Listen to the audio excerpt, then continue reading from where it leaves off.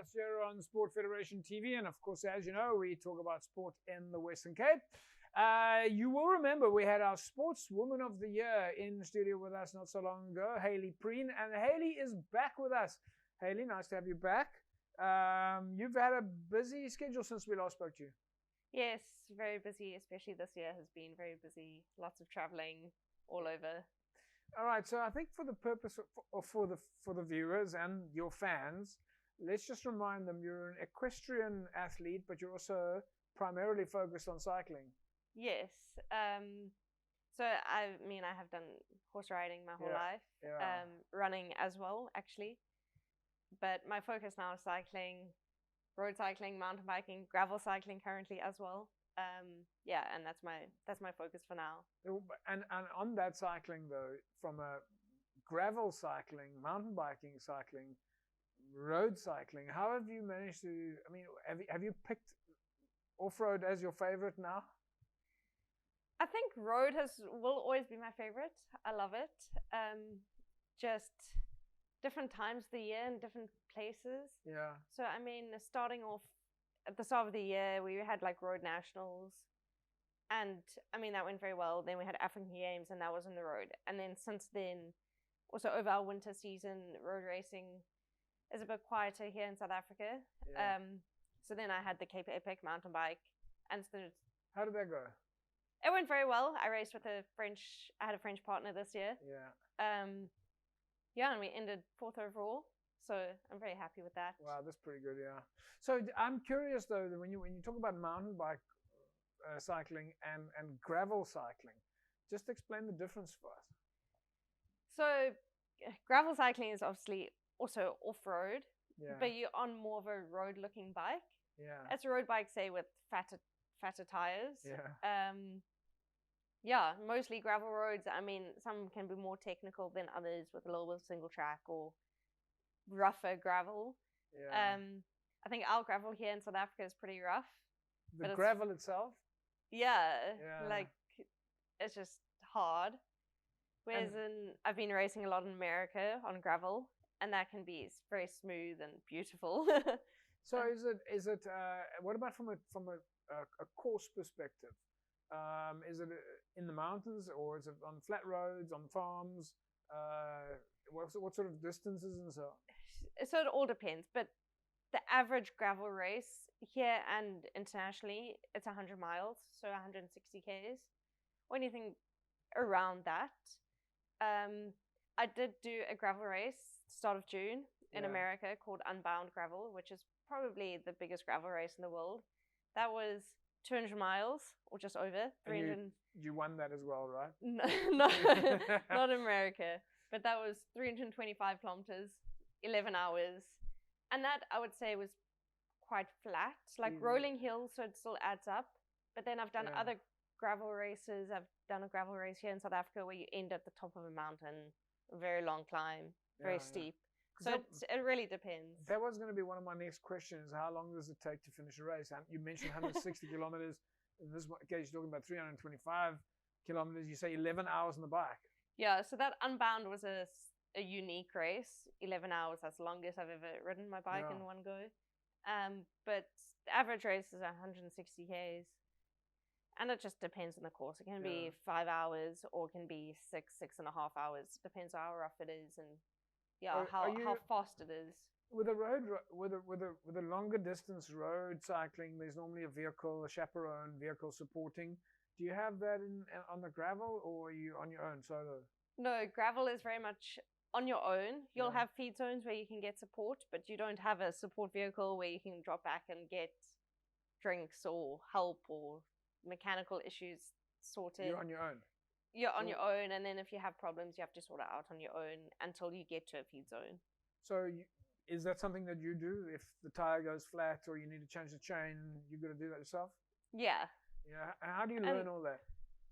I think just years of cycling, you get to learn it. It obviously depends. If it's a shorter race and a disaster happens, that might be your race done. But in races like the Cape Epic, it's 8 days. So if something happens, you've got to finish the stage, because otherwise you won't be able to carry on for the rest of the race.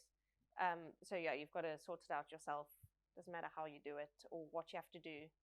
How do you choose your international events calendar? I mean, there's events for a lot of people outside of South Africa. It's much easier. They hop on a bus and they're in another country over the weekend almost, and they're able to compete all the time. You have to gather sponsors, choose your events obviously very carefully to decide where you're going to go compete.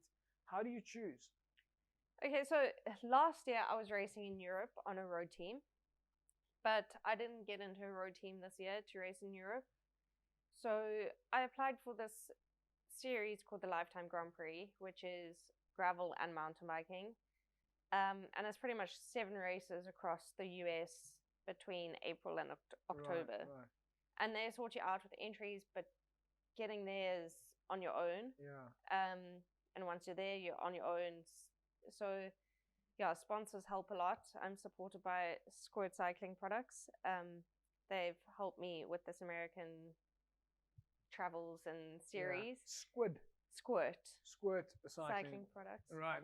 And then also a bike store here, Free Wheel Psychology, have helped me with the bike, the gravel bike. Yeah.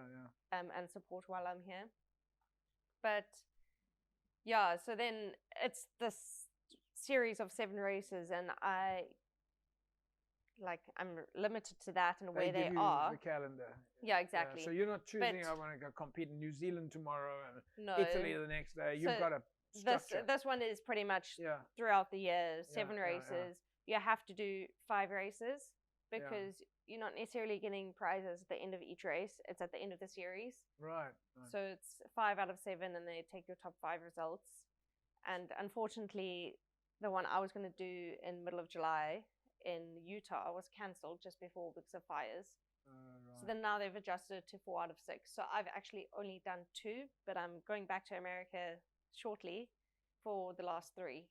Do you get to know people on tour? I'm assuming that it's the same. If you say that it's a sort of a schedule thing, there must be the same competitors. Yes. International family. So only 30 ladies and 30 guys were selected for the series across the world. Mostly Americans, but some from all over. Yeah. So starting to get to know them. Obviously, I went there on my own, not knowing anyone. So do you it's think nice. They're going to come here at any stage and compete? Yeah. Hopefully. I mean, a couple of them I have competed against in the Cape Epic. They've come for that. But yeah, hopefully they come more for the Cape Epic again in future years. So I'm still curious, and I think a lot of our viewers also is, you're at an international level, one of South Africa's best athletes.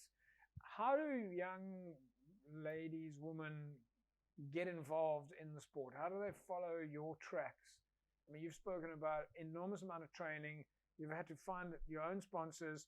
You have to learn how to do your own mechanics on your bike. How do young women get involved? Well, I think just following on social media is a big thing. If you follow me, you'll see where I go, and you can see what we go through, like the ups and the downs. I think it's important to showcase everything. Do you find a local club, or do you just go with mom or dad on the weekend? I think also why I say follow on social media is because I think it's important to reach out. Like, I'm not people shouldn't be afraid of me, and I like to help younger upcoming talent. So if someone reaches out to me, I'd love to help them, or if I can't help, I'd love to put them in touch. Yeah. But yeah, clubs in your province, in your town, and just getting out there, I think it's a great community and everyone likes to help. And Hailey, we'll leave it at that. It's been great chatting with you again. I know you got lots of pressure.